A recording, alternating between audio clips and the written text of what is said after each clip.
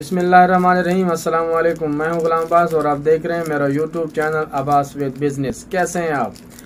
मैं उम्मीद करता हूं अल्लाह के फजल करम से दुनिया के किसी कोने में हो, अपने मुल्क में हो, प्रदेश में हो, जहां कहीं भी हो, अल्लाह ताला आपको अपने ज़मान में रखें। चाहे आप अपनी फैमिली के साथ हों, दोस्त अहबाब के साथ, रिश्तेदारों के साथ या अकेले हों, अल्लाह ताला आपको अपने हिफ्ज़ अमान में रखे। और जिस मकसद नेक मकसद के लिए आप इतनी जिद्दोजहद करें, अल्लाह ताला आपको नेक मकसद में कामयाब करे।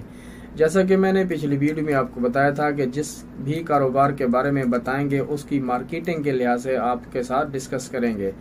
मैं अपने हवाले से आपको बताऊंगा कि जब मैं सेल्स मैनी करता था, मेरे पास कोई प्रॉपर कंपनी नहीं थी, एक कंपनी नहीं थी। मैं मुख्तलिफ कंपनियों के माल बेचता था और मेरा तरीकाकार क्या था मार्केटिंग करने का, वो मैं इस बारे में थोड़ा सा आपको बता दूं।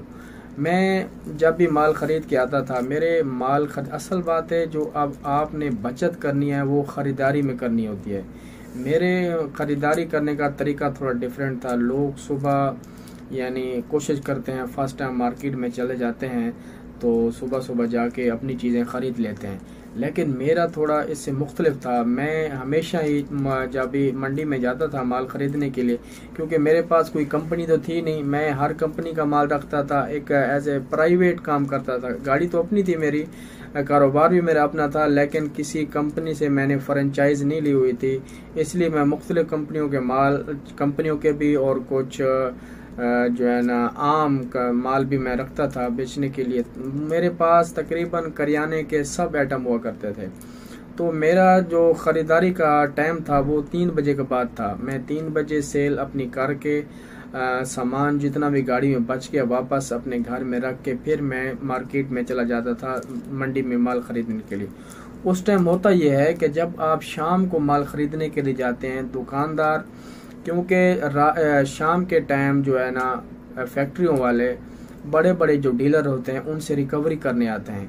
और उस टाइम होता यह है कि जब उनके पास अगर सेल सही नहीं होती यानी डाउन होता है माल, तो वो क्या काम करते हैं, आपको फैक्ट्री रेट पर भी आइटम दे देते हैं। तो मैं अक्सर ऐसे करता था। मुझे जो अपने शहर में चीज़ें मिल रही थी किराया वगैरह डाल के, उससे बहुत कम यानी बहुत ही ज़्यादा कम दर्जे पे मुझे वहाँ से माल मिल जाता था। और गाड़ी तो मेरी अपनी थी, गाड़ी में जो जितना माल आता वो मैं उसमें ले आता और बाकी मैं बिल्टी करा देता। ये सारे खर्चे वगैरह काट के फिर भी मुझे अच्छा खासा प्रॉफिट और ख़रीदारी में हो जाता। आपने जो भी काम करना है, आपने अपनी ख़रीदारी पे ज़्यादा तवज्जो देनी है। अक्सर ये होता है कि लोग बस जल्दी में माल ख़रीद लेते हैं, फिर आगे वो बेचने में उनको बहुत मसला होता है, क्योंकि मार्केट में बहुत कंपटीशन है। जब आपने माल ही बहुत महंगा ख़रीदा होगा, आपने अपनी समझ के मुताबिक माल ख़रीदा होगा, तो वो फिर आपको बेचने में भी बहुत परेशानी होगी। असल मैं जब माल ख़रीद के आता था, फिर मैं क्या करता था, मैंने दिन बनाए हुए थे। मैंने जुम्मे वाले दिन एक इलाके में जाना है, हफ्ते एक इलाके यानी 6 दिन थे, 7 जुम्मा मिला के, मैं जुम्मे भी छुट्टी नहीं करता था, 7 दिन मिला के 7 इलाकों में मैंने जाना होता था।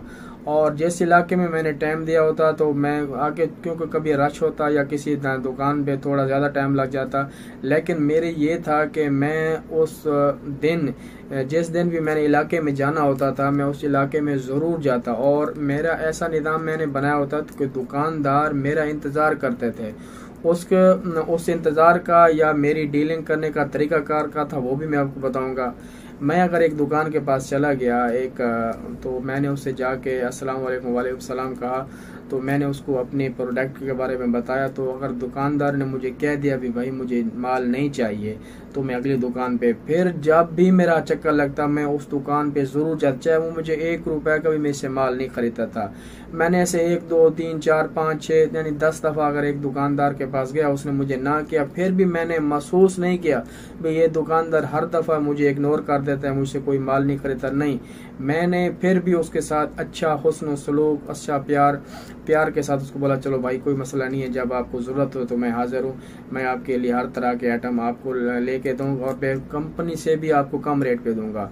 तो ऐसे मुतमईन करते करते जो 10 दफ़ा मुझे नहीं कर चुके थे वो फिर 11वीं दफ़ा मुझसे माल लेते थे। और अगली दफ़ा हफ्ते के बाद, क्योंकि मैंने जाना होता था, तो हफ्ता पूरा मेरा इंतज़ार करते थे। अच्छा, मेरा फिर सेल का क्या, क्योंकि मेरा तो एक प्राइवेट था, जो कंपनियों वाले आते हैं वो आपको पता है स्कीम भी देते हैं, परसेंटेज देते हैं, तो उनको ज़्यादा उधर ज़्यादा प्रॉफिट होता है दुकानदार को। लेकिन क्योंकि मैंने माल ज़्यादा मकसद है कम उसमें पैसों में ख़रीदा होता था, तो इसलिए मैं कंपनी से भी उनको कम रेट पे दे देता। तो इसलिए कि मैं जो है अल्हम्दुलिल्लाह मेरे दुकानदार इंतज़ार करते थे जब भी मैं एक हफ्ते बाद जाता। और मेरा फिर ये भी मसला था, मैं दुकानदार से राब्ते में रहता था। जब भी मैंने उस इलाके में जाना होता तो एक दिन पहले उनको फ़ोन करता, भाई मैं कल मैं आपके पास आऊँगा, आपको जो आइटम चाहिए मुझे आप बता दें, मैं आपके लिए एक्स्ट्रा में ले आऊँगा, कोई किराया नहीं है, जितने में आएगा मैं इंशाल्लाह आपको दे दूंगा। फिर वो दुकानदार से मेरा इतना प्यार मोहब्बत हो गया, अगर उनको मेरे आइटम्स के अलावा भी अगर कोई चीज़ चाहिए होती थी वो मुझे फ़ोन करके बता देते, अब्बास भाई आप हमारे लिए फ़लाँ चीज़ लें तो हम आपको इधर आके पैसे दे देंगे। तो मैं उनके साथ ये भी हेल्प करता था। इसलिए मेरे सेल करने का तरीका थोड़ा दूसरों से डिफरेंट था, क्योंकि कंपनी वाले तो आते हैं वो आपको आप बताएं कि वही उनके पास जो कंपनी के आइटम होते वही आपको देंगे, अगर आपने लिए ठीक है, वरना दूसरी दुकान पे। मेरा थोड़ा उनसे प्यार मोहब्बत, और मैं उनके लिए यानी कन्फेक्शनरी का किराना आइटम का हर आइटम उनके पास ले जाता। और मेरी आदत थी कि मेरी सेल कैसे पड़ती थी, मैं जब भी जाता था काउंटर पे देखता था, मैं अपने हाथ से अपना सामान खोल के वहाँ लगा देता था, क्योंकि जब जितना भी मेरा सामान सामने पड़ा होगा बच्चे आएंगे, क्योंकि बच्चे वाले ज़्यादा आइटम थे, या जो भी देखते हैं ना आजकल आपको पता है दुकानदार अगर सामान थोड़ा दूर पड़ा कोई डिमांड करे तो वो सामान उठा के देते हैं, वरना एक ही कंपनी के कई आइटम होते हैं, यानी एक आइटम कई कंपनियों में मशहूर है, समझ आ गए। तो दुकानदार को देखता है सहूलत, जो उसके क्यों रश होता है, जो उसके सामने चीज़ पड़ी है तो वो उठा के वो दे देता है। इसलिए मैं कोशिश करता था, मेरी सेल इसलिए ज़्यादा बढ़ी। और मेरा तरीक़ाकार भी मैंने आपको बताया कि मैं जब भी दुकान पे जाता, अब जितना उनको माल देता, कोशिश करता जो काउंटर पे माल पड़ा हुआ है मैं वहाँ अपने माल की सेटिंग करने की कोशिश करता, 1 2 3 आइटम ज़रूर मैं उधर लगा के आता, क्योंकि फिर जब भी वो मेरे आइटम ख़त्म होता तो दुकानदार ऑटोमेटिक वही दूसरा आइटम वहाँ पे रख देता।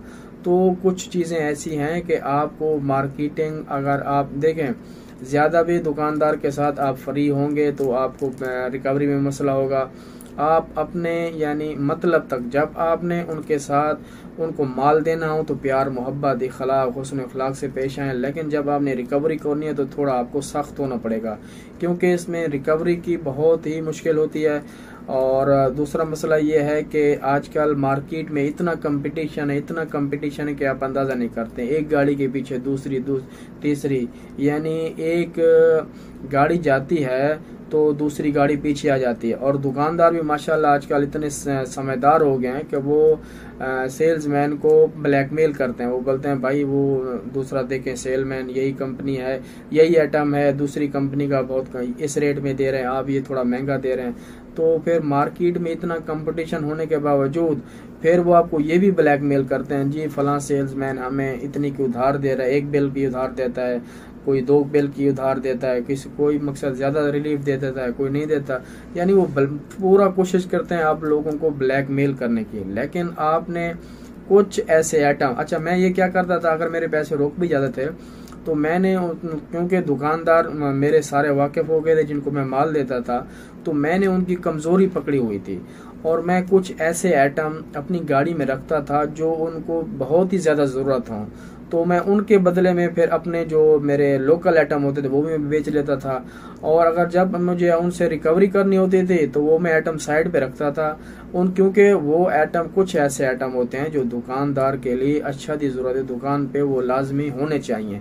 अगर वो मैं देखता था उनके पास नहीं है तो फिर मैं भी उनको ब्लैकमेल करता था, भाई आप पैसे हैं तो मैं आपको ये देने के लिए तैयार हूँ, मुश्किल नहीं है, मैं वापसी भी आपको ये चीज़ दे दूंगा या आपको मैं पहुंचा दूंगा। अगर मेरे पास होता भी तो मैं थोड़ा साइड पे करके तो उस वक्त टाइम उससे पैसे लेके फिर उनको माल दे देता।